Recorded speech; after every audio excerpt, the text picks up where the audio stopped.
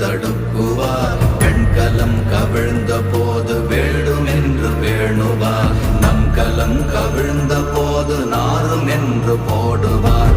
என் கலந்து நின்ற மாயம் என்ன மாயம் ஈசரே. ஓம் நமச்சிவாய.